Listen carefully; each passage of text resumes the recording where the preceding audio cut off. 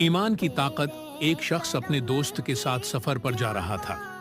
راستے میں انہوں نے ایک بھکاری کو دیکھا۔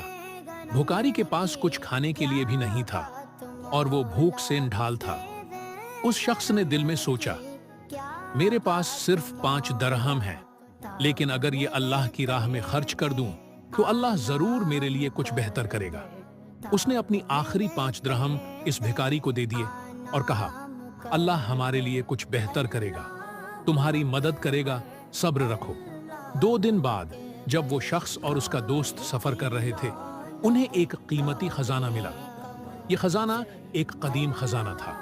اس شخص نے اپنے دوست سے کہا، یہ اللہ کا انعام ہے، اس نے میری ایمانداری اور سچائی کا بدلہ دیا۔ نصیحت: اللہ کی راہ میں خرچ کرنا کبھی ضائع نہیں جاتا۔